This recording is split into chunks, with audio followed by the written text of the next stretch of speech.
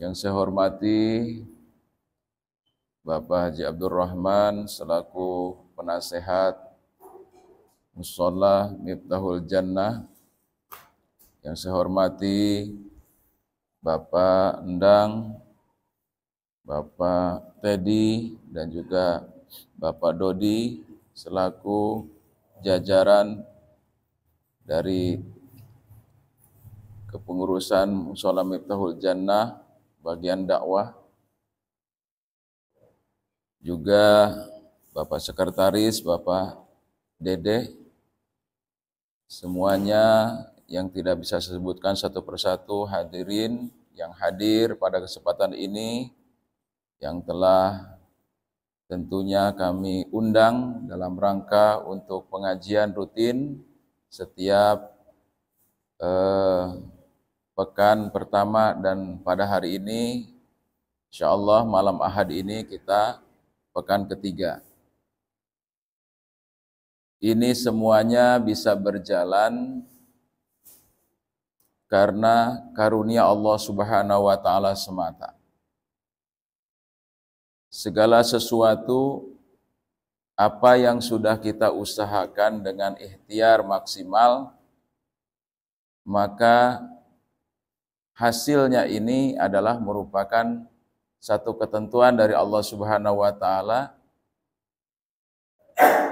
Dari sekian harapan yang harus hadir pada kesempatan ini, yang hadir alhamdulillah sudah memenuhi target ya.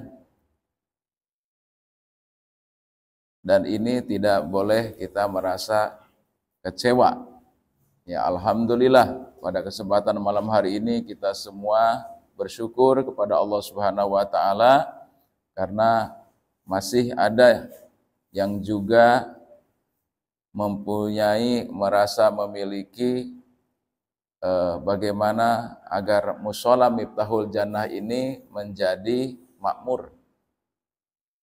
Nah, oleh karena itulah Bapak sekalian, Allah Subhanahu wa taala dalam ayat-ayatnya selalu memotivasi, selalu mengingatkan kepada kita yang barangkali kita sudah melaksanakan sholat 5 waktunya, yang sudah melaksanakan ibadah puasa Ramadannya, yang juga sudah melaksanakan berbagai macam amal sholih, termasuk berinfak, bersedekah, baik itu sedekah dengan ilmu, sedekah dengan tenaga, sedekah dengan harta, itu juga termasuk bagian daripada amal sholih, dan juga dikatakan adalah itulah yang namanya amal yang akan kita bawa sampai nanti ke akhirat.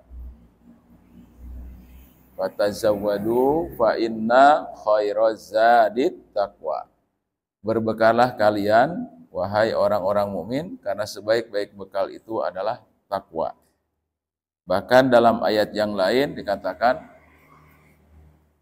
wa man kana yarju liqa'a yaumikum ya fal ya'mal amalan sholiha. Barang siapa yang menginginkan ketemu dengan Allah Subhanahu wa taala, maka hendaklah kita banyak beramal sholih. Ya.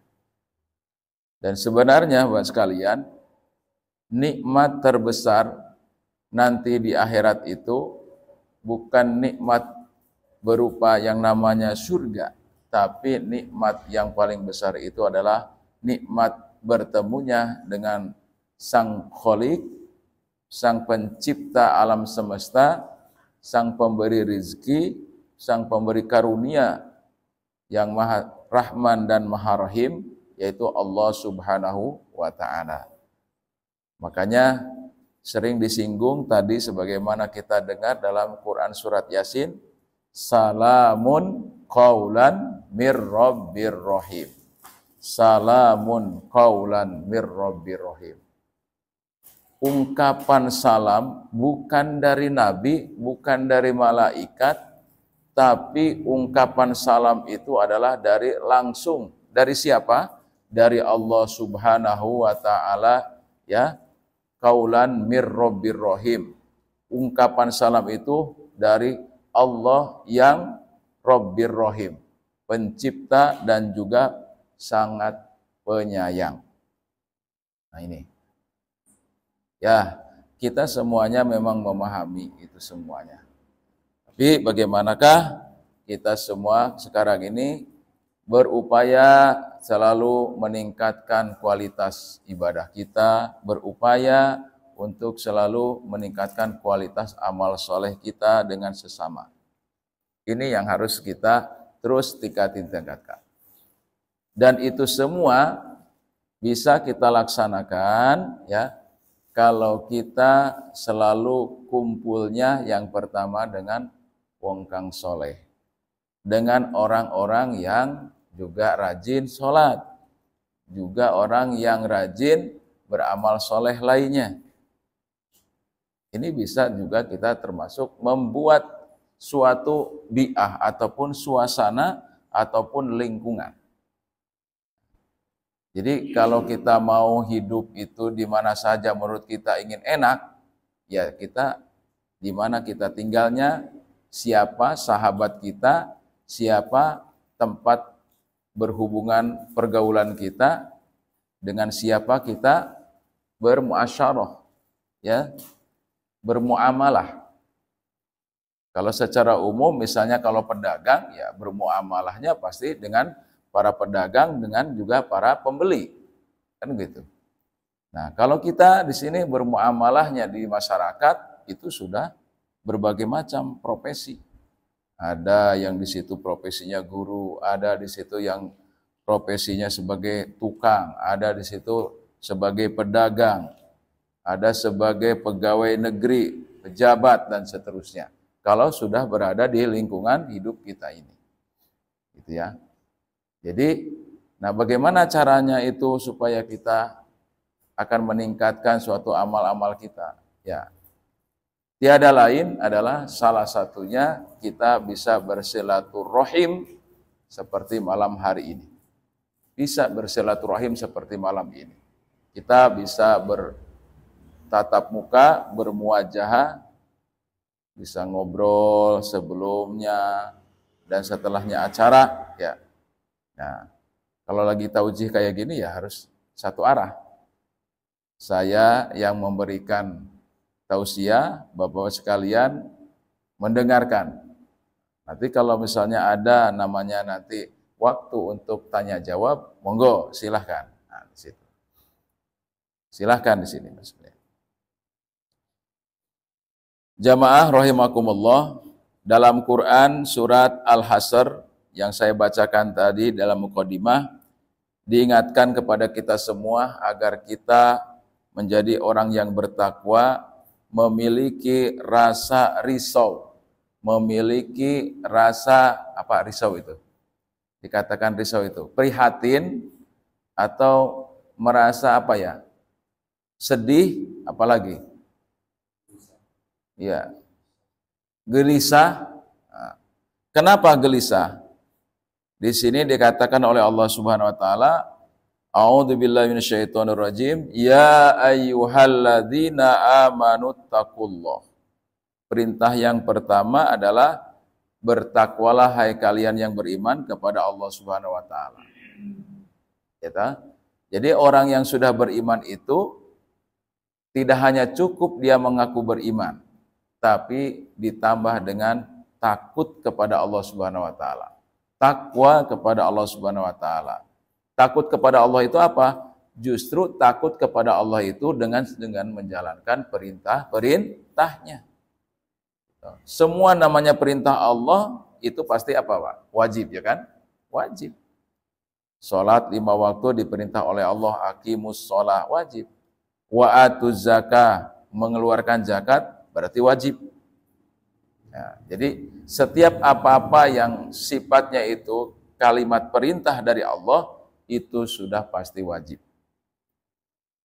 Tapi kalau itu datangnya dari Rasul, ya yang semacam apa kalimat himbauan dari Rasul ataupun suatu ajaran dari Rasulullah Shallallahu Alaihi Wasallam, yang bukan berarti itu Rasul, misalnya Rasul memerintahkan sholat, aslinya itu dari Allah. Ya, aslinya dari Allah, yang sholat 5 waktu. Tapi begitu Rasulullah SAW mengerjakan sholat sunnah di luar sholat 5 waktu, misalnya kalau masuk masjid, kita sholat sunat tahiyatul masjid, ditambah dengan sholat qobliyah, dan setelah sholat fardu, kita juga melaksanakan sholat sunat ba'diyah. Nah itu 2 sholat qobliyah dan ba'diyah, itu disebut dengan sholat sunnah rawatib, itu adalah merupakan salah satu ajaran dari baginda Rasulullah Muhammad Sallallahu Alaihi Wasallam. Ini juga merupakan bagian daripada iman, yang disitulah takwa kita akan bertambah. Karena iman dan takwa itu akan memiliki fluktuasi. Apa itu fluktuasi itu? Ada suatu naik turun. Kapan itu bisa takwa itu naik? Ketika kita melakukan ketaatan kepada Allah. Itu akan naik. Grafiknya itu akan naik. Terus, walaupun pelan-pelan, tapi pasti dia akan naik. Sampai kapan grafiknya itu naik? Sampai kapan? Ya, sampai kepada yang mungkin bahasa kita itu ya, ada satu tempat-tempat yang maqamah mahmuda di sisi Allah Subhanahu wa taala, itu tempat yang terpuji. Nah, kaitan dengan maqamah mahmuda, kalau Allah sudah memuji hambanya, tidak ada seorang pun yang mampu untuk mencelanya. Walaupun memang pada kenyataannya orang baik belum tentu orang itu memujinya. Ada orang yang mencibir, ada orang yang iri dengki. Benar nggak Pak? Iya. Orang itu dengan sebaik-baiknya orang itu berlaku baik, pasti juga ada orang yang membuat seorang yang nggak suka, itu pasti ada. Tapi itu bukan berarti itu akan membuat pujian Allah kepada dirinya itu akan sirna, bukan. Di mata Allah Subhanahu wa taala, pujian kepada seorang yang sudah beramal soleh dengan tulus ikhlas tadi, itu tetap catatannya tidak akan pernah dihapus oleh Allah Subhanahu wa taala. Ini menurut Allah. Tapi kalau menurut manusia tadi bisa jadi ada orang-orang seperti itu, ada yang ikut-ikutan. Oh iya ya. Ya, sok sok soleh, sok apa kan gitu ya. Sok rajin, sok taat dan seterusnya. Malah ikut-ikutan mencibir. Nah, malah ikut-ikutan mencibir. Nah, orang yang seperti ini ya kita tidak perlu untuk senantiasa mudah terpengaruh. Ya insya Allah, itulah namanya sifat manusia. Maka kita berlindung kepada Allah Subhanahu wa taala dari sifat yang demikian. Makanya kita berlindung kepada Allah, a'udzubillahi minasyaitonirrajim. Bismillahirrahmanirrahim. Ya, qul a'udzu birabbin nas, malikin nas, ilahin nas, min syarril waswasil khannas alladzi yuwaswisu fi sudurin nas minal jinnati wan nas. Satu. Yang keduanya, kita juga berlindung kepada manusia yang memang di situ kategorinya lebih parah daripada yang pertama, yaitu orang iri dengki.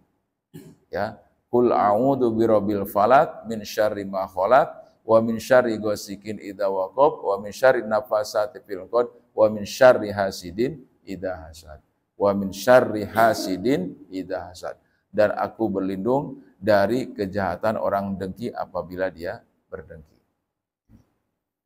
Jamaah rahimakumullah, insyaallah Rasulullah Shallallahu Alaihi Wasallam itu tidak pernah lepas dari mengarahkan umatnya. Yang pertama tadi adalah untuk bertakwa terus kepada Allah Subhanahu Wa Taala. Yang kedua di sini sesuai dengan perintah Allah, wal tandur nafsun ma qaddamat ligot. Hendaklah kalian memperhatikan ya kepada nafsun, kepada dirimu sendiri, artinya mengevaluasi diri, ma qaddamat ligot. Apa yang harus dipersiapkan, harus dilakukan untuk hari esok. Nah, ini harus diperhatikan. kita bisa mempersiapkan untuk diri kita satu. Yang kedua, karena kita ini sebagai kepala keluarga, sebagai ayah, sebagai pimpinan di dalam keluarga, punya istri dan anak. Nah, itu juga harus kita persiapkan untuk hari masa depan. Ya, masa yang akan datang. Ada lagi masa yang akan datang yang sifatnya itu lebih kekal, yaitu akhirat. Wal akhiratu khairul laka minal ula. Jadi ada jangka pendek mempersiapkannya itu di dunia ini, dan juga jangka panjang juga untuk persiapan akhirat. Nah, inilah yang harus kita sama-sama mengevaluasi. Jadi kalimat wal tandur itu di sini bahasanya itu adalah perhatikan. Ya, memperhatikan itu bukan memperhatikan orang saja. Jadi utamanya di sini adalah nafsun, memperhatikan kepada nafs diri kita, jiwa kita sendiri. Untuk apa tadi? Untuk segala sesuatu yang akan datang, apa yang harus kita persiapkan. Ligot itu kan hari esok. Jadi bahasanya itu jangka pendek, tapi kalau para ahli mufasir itu dimanakan dua makna. Hari itu, besok itu maksudnya besok itu, besok benar-benar besok yang ada di dunia ini, juga besok yang dimaksud besok ini adalah besoknya itu adalah besoknya hari akhirat yang lagi kekal abadi. Nah, ini harus diperhatikan. Wattaqullah, sekali lagi Allah memerintahkan bertakwalah kalian kepada Allah, innallaha khabirum bima ta'malun. Karena Allah itu maha mengetahui terhadap apa yang kita kerjakan. Jadi Bapak sekalian rahimakumullah, momentum kita selama Allah berikan kesempatan, kadang-kadang kesempatan itu kalau kita tunda-tunda, ya, kesempatan itu kalau kita tunda-tunda ini bahayanya banyak. Ya, minimalnya adalah salah satu bahaya orang yang menunda-nunda itu biasanya yang pertama adalah dia akan kehilangan motivasi. Nih misalnya, ya mumpung katanya sekarang ini kan masih muda, ya mumpung masih muda, puas-puasin.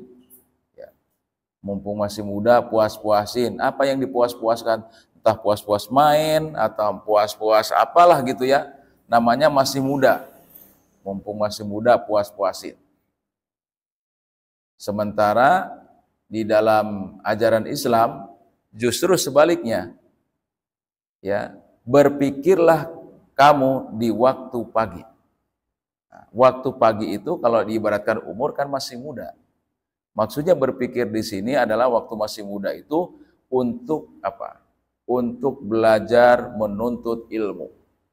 Nah, untuk belajar menuntut ilmu. Nah, kalau kita sekarang posisinya udah menuntut ilmu itu udah tua seperti begini. Nah, udah tua seperti begini. Tapi dalam hadis yang lain tidak ada istilah tua dalam menuntut ilmu. Utlubul ilma minal mahdi ilal lahdi. Tuntutlah ilmu dari buayan sampai liang lahat. Tidak ada. Nah, sekarang dalam istilah itu menunda-nunda kita kehilangan motivasi, bisa jadi bahwa orang yang selalu menunda-nunda biasanya dalam setiap pekerjaan itu selalu lelet. Betul? Iya, selalu lelet. Itulah masih lama ya. Kadang-kadang kalau misalnya seorang bekerja itu kan ada yang sifatnya harian, ada yang sifatnya borongan. Kalau harian misalnya seorang itu kerja di suatu perusahaan, di pabrik atau di apa. Ya, harian berarti gajiannya itu pasti bulanan atau terserah di situ MOU-nya apa, apakah pekanan atau setiap berapa hari kan gitu. Yang jelas di situ gajinya itu kalau harian itu sudah ditentukan sekian. Nah, Berbeda dengan orang yang borongan. Orang yang borongan itu orang yang dia berpikirnya bagaimana dia bekerja cepat, tepat, dan menghasilkan yang lebih banyak. Nah, namanya itu borongan. Ya, sehingga apa? Sehingga timbul motivasi. Bagaimana supaya pekerjaan saya ini dipakai orang, cepat, tepat, disukai orang. Borongan, walaupun sifatnya borongan itu bukan asal-asalan, tapi cepat, tepat, dan tepat guna. Nah, gitu maksudnya. Nah, ini berbeda motivasinya dengan orang yang tadi, saya bekerjanya mau cepat, mau ini ya gajinya Pak Sumono wae, ya, sama aja gajinya segitu aja. Nah, gitu. Kan beda-beda itu. Nah, ini kalau kehilangan ada lagi kalau dalam masalah amal soleh. Ya, amal soleh, contohnya misalnya sholat 5 waktu.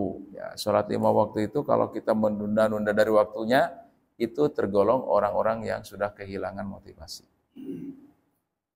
Yang kedua, bahayanya kita menunda-nunda daripada waktu itu adalah kita akan kehilangan yang namanya keutamaan. Bahwa dalam setiap momentum apa saja, misalnya ya, termasuk tadi adalah sholat 5 waktu, katakanlah yang gampang mudahnya, ataupun misalnya puasa di bulan Ramadan. Kalau hari ini, misalnya hari ini kita puasa bulan Ramadan pada tahun kemarin itu. Kalau pada waktu itu kita puasa Ramadannya enggak sungguh-sungguh, ya enggak sungguh-sungguh, belum tentu Ramadan yang akan datang kita akan ketemu lagi. Umur kita belum tentu sampai. Nah, gitu kan.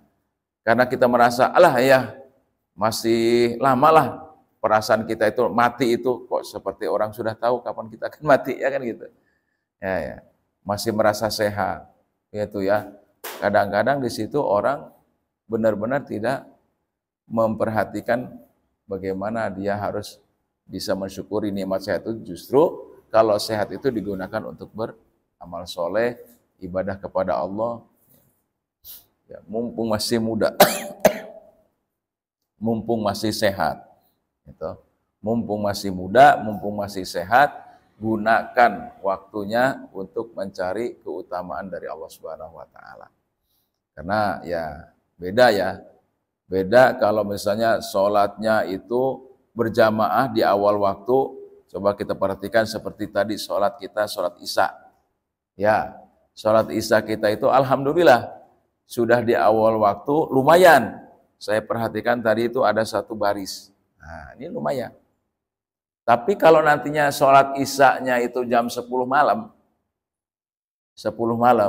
mungkin bisa jadi hanya paling banyak 2 orang, 3 orang cukup. Mungkin karena ada sesuatu tadinya, ya, entah dia dalam perjalanan, entah lagi mengerjakan sesuatu, yang kan sholat Isya waktunya panjang. Nah, ya ngobrol-ngobrol lah orang 3 tuh, nanti aja lah, tanggung. Ya sholat berjamaah jam 10, cuma 3 orang. Lah gitu ya. Berbeda tadi dengan sholat yang di awal waktu. Nah, maka akan kehilangan orang-orang yang menunda-nunda waktunya dari keutamaan Allah Subhanahu Wa Taala. Ya, walaupun sama nilainya orang sholat berjamaah itu 27, tapi kalau di awal waktu berbeda, pasti berbeda. Lebih banyak, ya, karena jamaahnya suatu sholat itu, ya, waktu sholat itu, setiap waktu sholat itu berjamaahnya itu akan lebih diberikan kebarokahan oleh Allah dengan jumlah jamaahnya di situ. Gitu.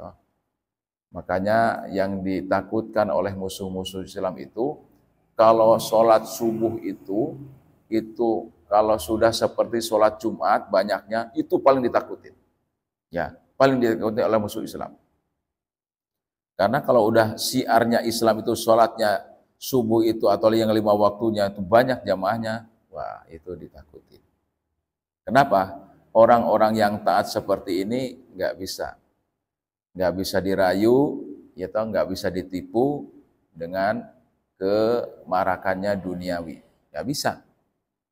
Ya, orang-orang yang seperti itu, yang sudah paham seperti itu, bagaimana dia betul-betul bisa menjaga waktu sholat 5 waktu. Nggak bisa ditipu. dia akan senantiasa konsekuen terhadap ibadah-ibadah sholatnya.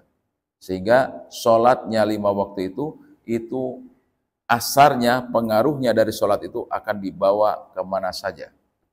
Ya, kepada aktivitas dia di mana saja, itu akan dipengaruhi. Sehingga akan timbul yang namanya kejujuran, akan timbul yang namanya kesabaran dari orang yang seperti itu. Akan timbul di situ yang namanya keberanian di dalam menegakkan amar ma'ruf dan nahi mungkar. Itu orang yang sholatnya terjaga 5 waktu dengan secara berjamaah dan di awal waktu. Dia tidak akan kehilangan momen yang namanya kebarokahan dari Allah ataupun yang tadi yang namanya afdol, ya. Tuh. Jadi bisa jadi tadi bahayanya apa, kemudian kalau kita gercep, insya Allah ya kita akan mendapatkan keutamaan dari Allah Subhanahu wa taala. Jamaah rahimakumullah. Oke. Barangkali itu saja dulu ya dari saya sebagai pemberian tausiah singkat pada kesempatan malam hari ini.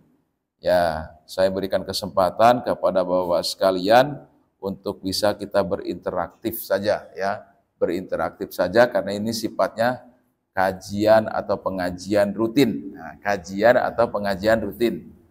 Jadi kalau saya aja yang menyampaikan itu tidak tahu apa kebutuhan Bapak-bapak sekalian. Terima kasih sebelumnya, silahkan barangkali kepada jamaah sekalian untuk bisa ada yang ditanyakan atau sharing saja. Silakan.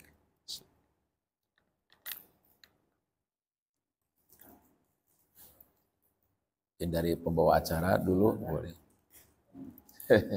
Silakan bapak-bapak, apabila ada yang ingin disampaikan. Insya Allah kita 10 menit ya, 10 menit lagi selesai sampai jam 9. Ya. Silakan. Mungkin Pak Teddy atau Pak Muklis, kalau ada yang mau ditanyakan. Alhamdulillah. Hadir Pak Mulis ya, alhamdulillah. Alhamdulillah di tengah-tengah kesibukannya luar biasa.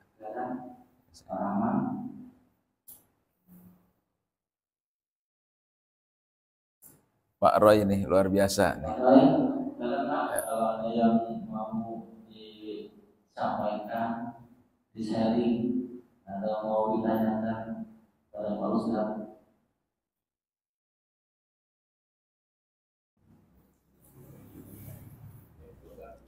Silakan Pak Teddy. Ya langsung aja deh.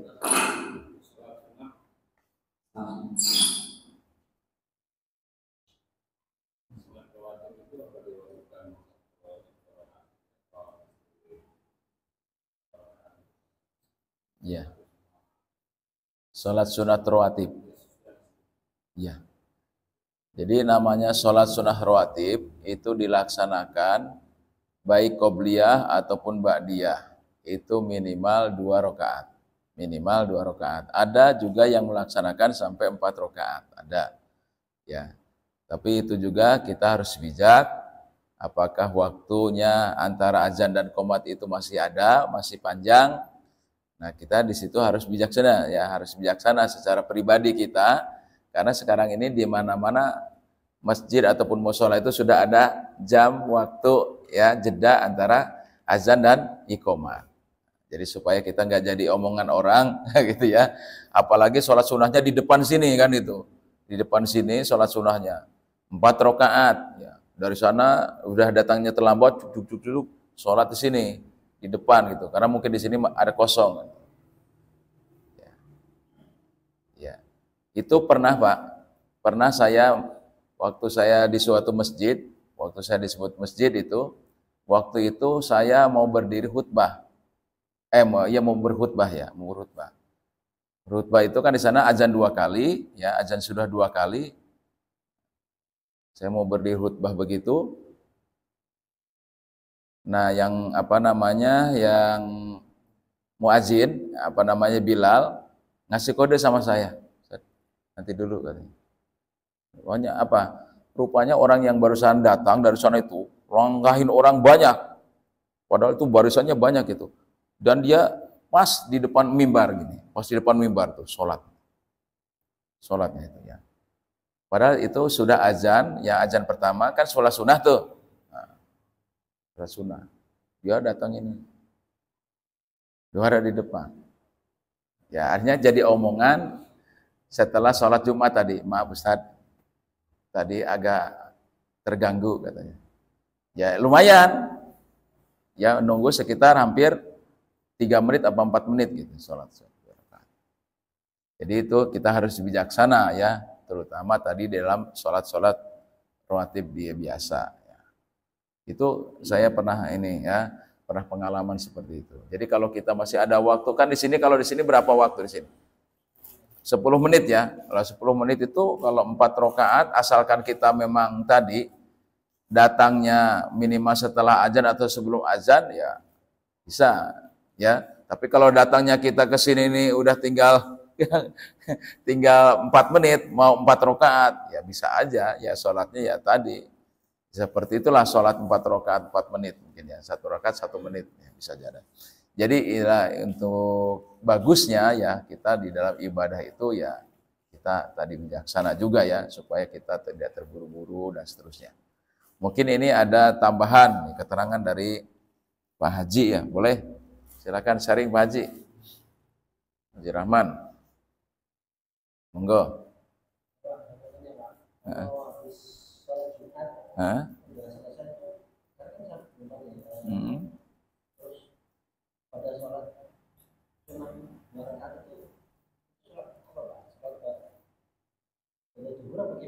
Ya pada Jumat.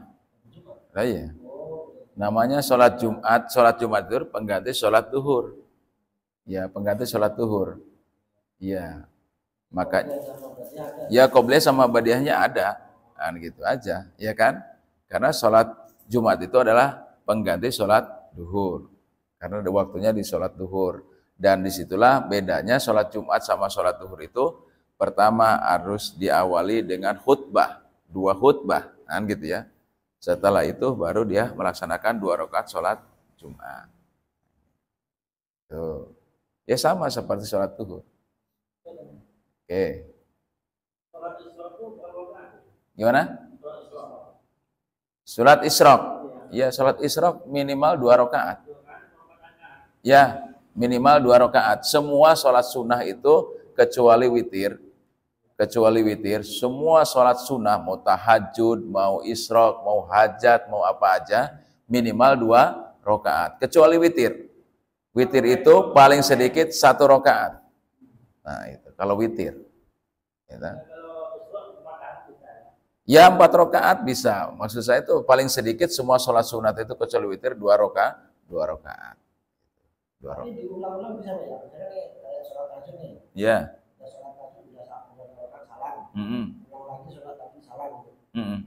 Bisa, boleh. Iya, namanya tadi itu kan minimal 2 rakaat, maksudnya kan 2 rakaat, salam, 2 rakaat, salam, 2 rakaat, salam, kan begitu.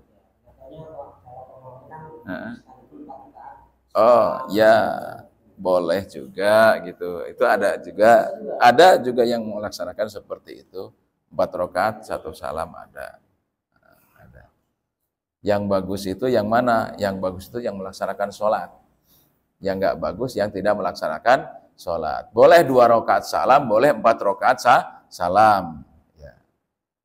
Witir juga begitu. Witir misalnya yang 3 rakaat, ada yang 2 rakaat dulu, baru tambah 1 rakaat. Ada yang sekaligus 3 rakaat, 1 kali salam juga ada. Ada, semuanya ada hukumnya, ada dalilnya. Oke. Baik,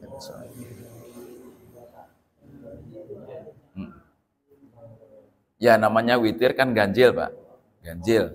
Ya jadi mulai dari 1, 3, 5 namanya ganjil. Ya, bilangan ganjil.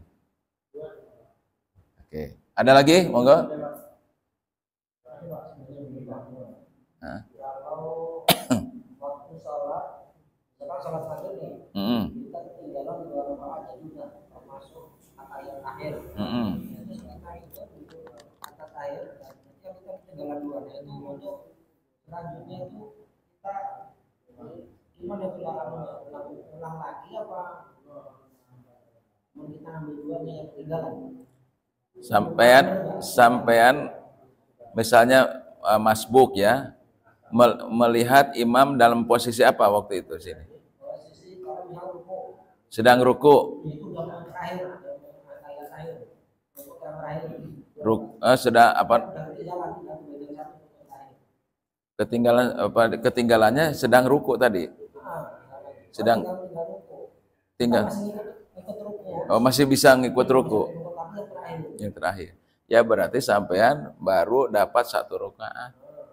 Itu kita nyusulnya lagi, kan itu banyak yang tinggal sholat lagi nyusul itu. Ya kalau sholat maghrib kan 3 rakaat, berarti 2 rakaat lagi. Iya kan? Artinya enggak, maksudnya itu tahiyat akhirnya tetap ikut lagi. Oh ngikut itu. Oh iya. Ya gitu kan pertama bisa dipahamin. Pokoknya ngikut imam saja. Ya ngikut-ngikut imam aja. Imam baca tahiyat kita tahiyat juga. Kan gitu. Itu yang bagus. Pokoknya kita ini ngikuti. Nah. Ya ketinggalan. Terus kita berdiri lagi, kita tahiyat awal apa langsung ke akhir? Langsung diambil akhir apa tahiyat awalnya aja? Ya karena kita ini kalau biasanya sampai kayak mana biasanya? Biasanya ya. Nah, biasanya. Ikut akhir lagi. Jadi sampai kan baru 1 rakaat tadi kan. Setelah itu kan pasti tahiyat awal kan. Tahiyat awal kan yang keduanya kan. Enggak, kita datang. Udah tahiyat awal kita udah ketinggalan. Iya. Ikut tahiyat akhir. Maghrib kita juga maghrib. Ya. Tahiyat awal kan kita ketinggalan. Iya. Nah, kita bagiannya kan tahiyat akhir. Iya. Nah, kan udah salah. Nah, kita kan berdiri lagi, nah itu kita mengambil tahiyat awalnya apa tahiyat akhir. Ya tahiyat awal juga. Oh cara duduknya. Oh yang saya tanyakan cara duduknya. Cara duduknya ya kalau kita posisinya tahiyat awal. Iya. Itu aja kan yang ditanyakan. Iya. Iya. Tahiyat awal aja karena kita masih posisinya masbuk ya. Betul nggak Pak Haji? Ya, betul ya seperti itu ya. Iya. Betul seperti itu. Karena namanya kan ini fikih ya. Fikih itu beda-beda ya. Beda-beda caranya fikih itu. Tapi dalam artian berbeda di sini tidak keluar dari syariat ya, tidak keluar dari aturan hukum.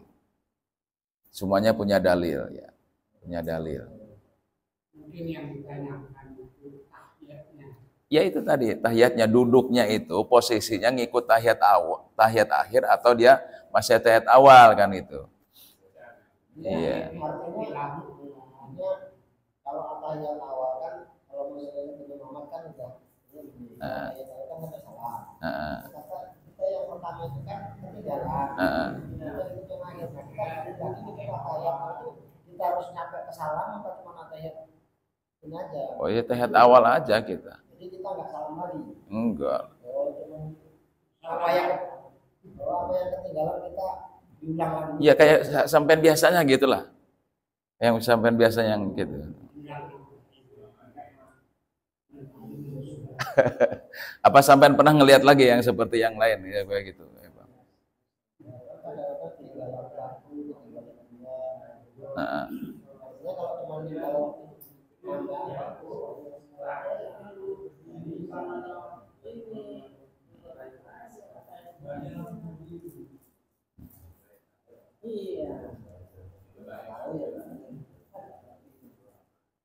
Ya kan gitu kan.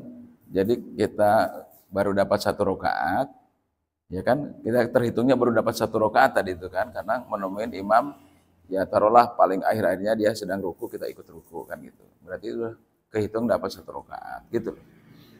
Jadi ketika kita berdiri lagi ya nambah 2 tadi, nambah 2, kemudian rakaat yang keduanya ya kita harus tahiyat awal posisi kita, itu tahiyat awal. Ketika kita ngelanjutkan tahiyat awal. Jadi jangan seolah-olah kita 3 tahiyat gitu, enggak gitu. Enggak gitu ya. Kita yang dihitung itu Jadi jadinya atahiyat awal kita labasin terus.